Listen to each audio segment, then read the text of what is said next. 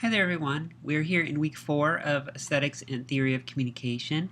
It's been a pretty quiet month, but for the most part everything's going pretty smoothly. We're going to start winding down the course, as I'm sure you're familiar by now. Week 4 is mostly going to be focused on reflection and review, so there's no new content introduced, but you do still have that final project, your design draft. So that will be the conclusion of your mood board project that you've been working on throughout the month. I'm in the process of grading the week 3 mood board update, so that would be the segment on the typefaces. So look for that in the next day. I'm going to hopefully have those all wrapped up by Thursday, tomorrow, so you will have time over the weekend to look at any comments that I might have. And just as a reminder, you still have the opportunity to revise any of the previous sections of the mood board, and if you do so, you can recoup up to 10 points on the grade if any deductions were made on the original submission.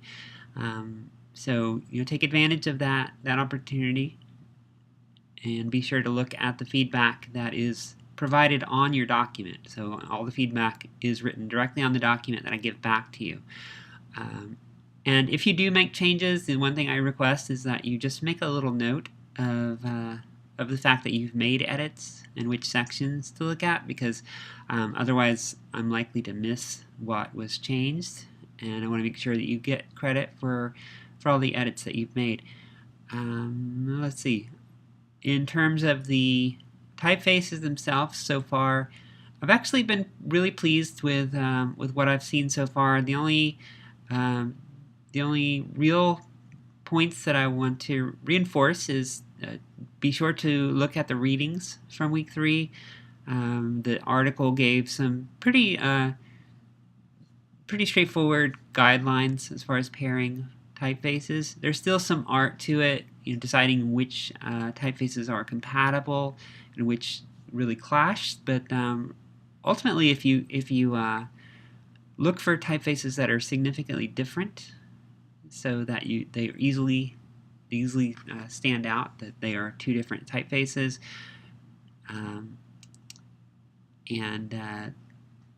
are not too similar in style. So a lot of times if you pair two script style typefaces together, it will look like their styles will clash, because it's just too much of the same idea, but presented in different ways.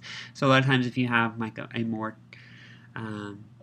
conventional typeface, like in the page you see here, Helvetica, which is more businesslike and more traditional, and with the angular lines, paired with Kikalet brush, which is very flowing and script style.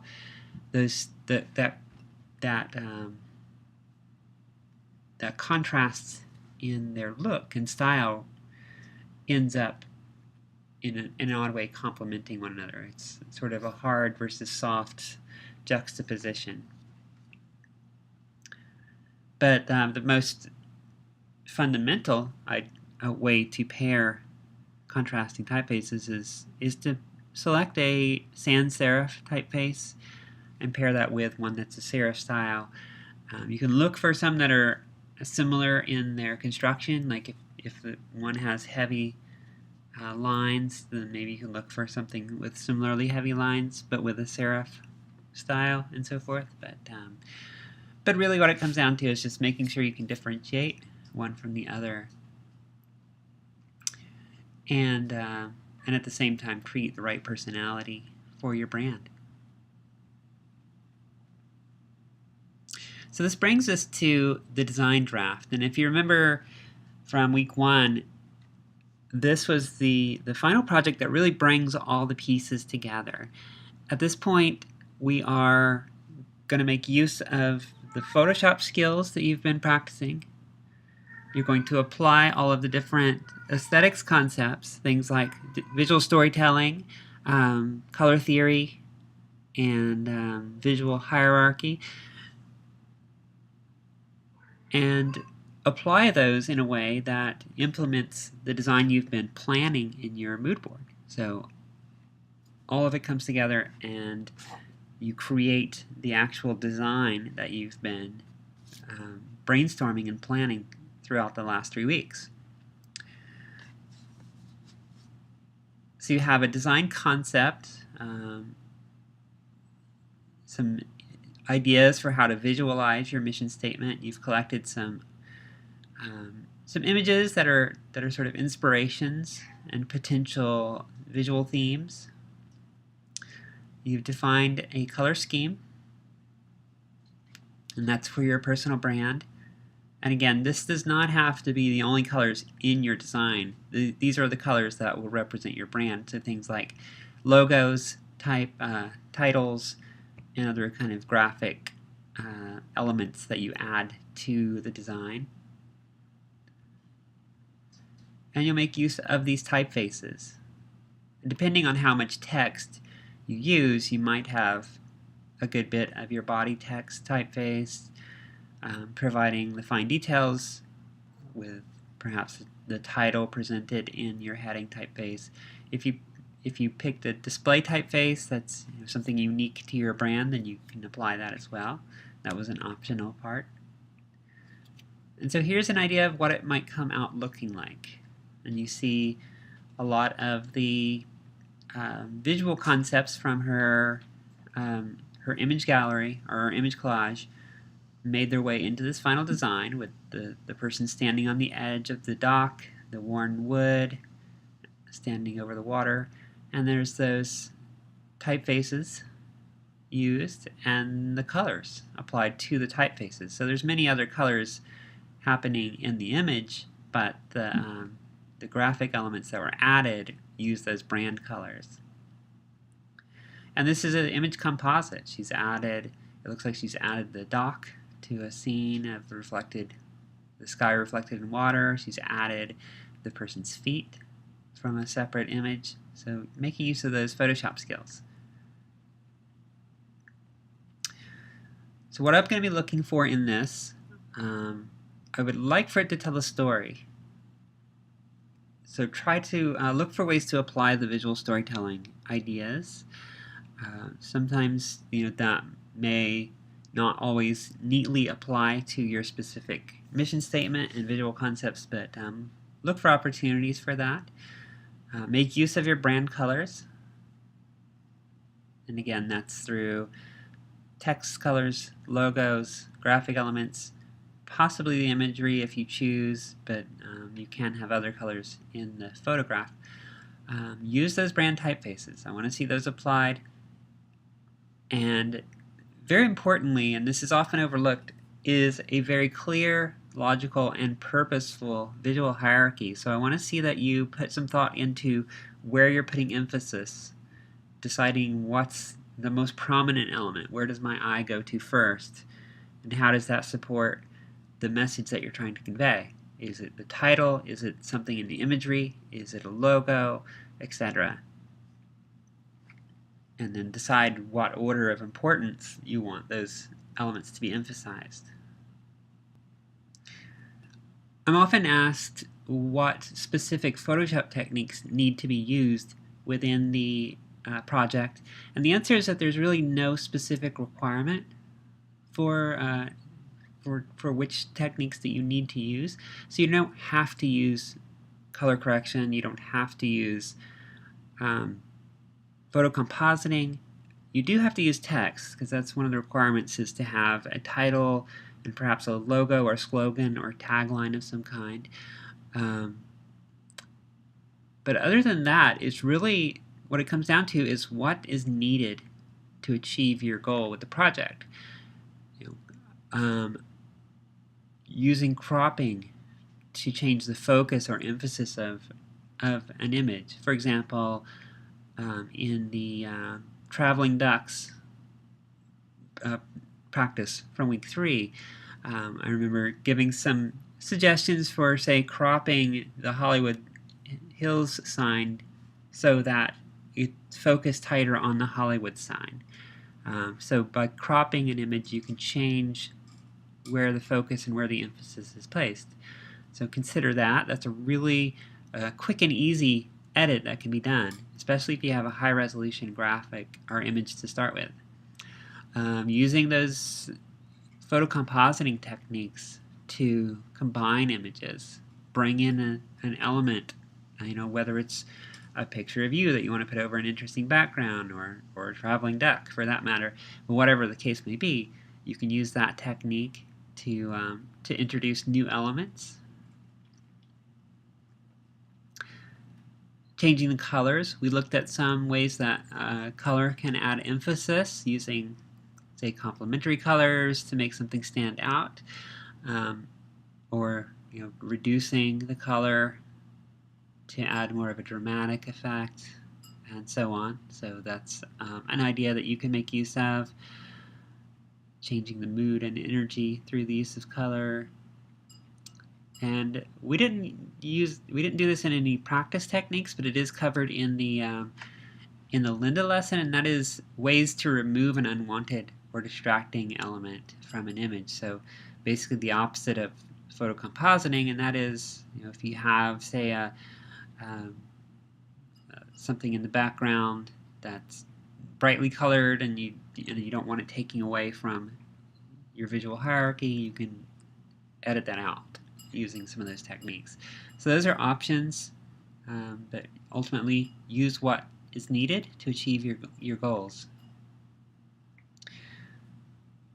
All right, so here's a few more examples of past projects that I felt were pretty successful.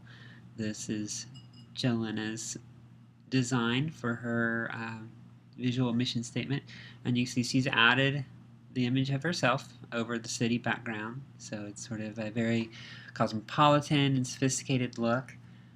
She's desaturated and lowered the contrast of the city skyline so that it's less prominent and allows emphasis to be given to her image as well as her logo.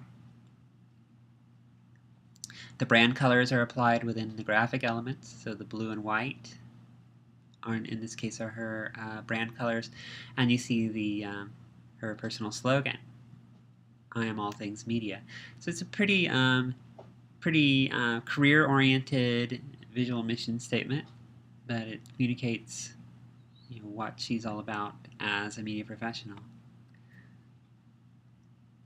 including some of these very symbolic icons of social media and other types of modern day digital media.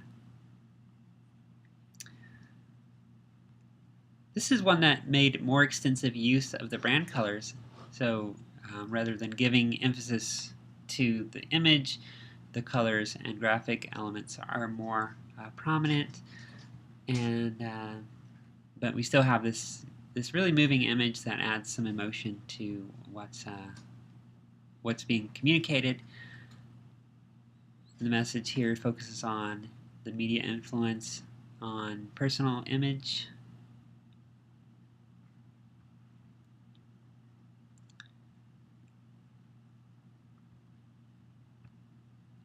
This one is very stylized and sort of an abstract art approach.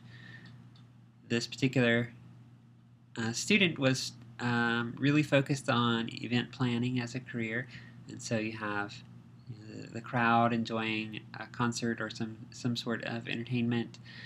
These really stylized, looks like firework explosions in the background, and the brand colors in this case are actually applied to the image itself. So rather than limiting those to the brand elements, they're simply used throughout. So that is an option if you can come up with a creative way of doing it.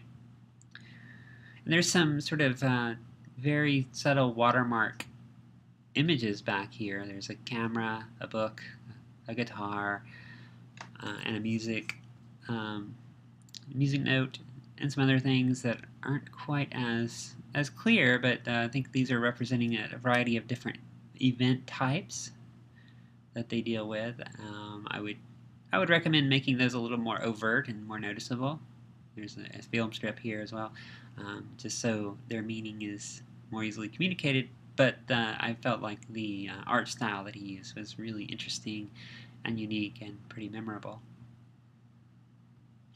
Here's a pretty powerful use of image compositing.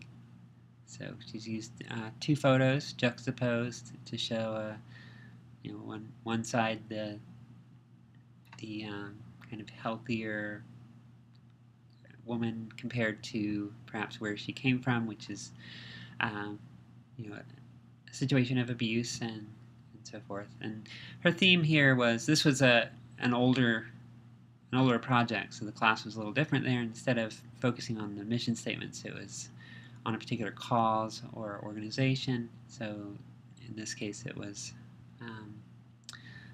a refuge for women.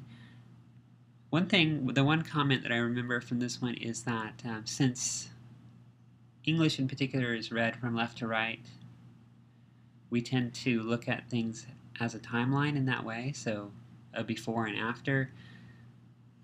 So what I would have recommended is flipping this so that the before state is on the left and the after, the more positive outcome, is on the right.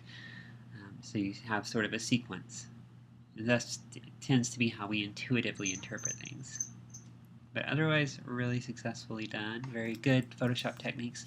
And this is another very stylized example. And again, the brand colors are used directly in the graphics, so they're pretty much pervade the entire design. It's a very kind of abstract art style with the hand holding the rose.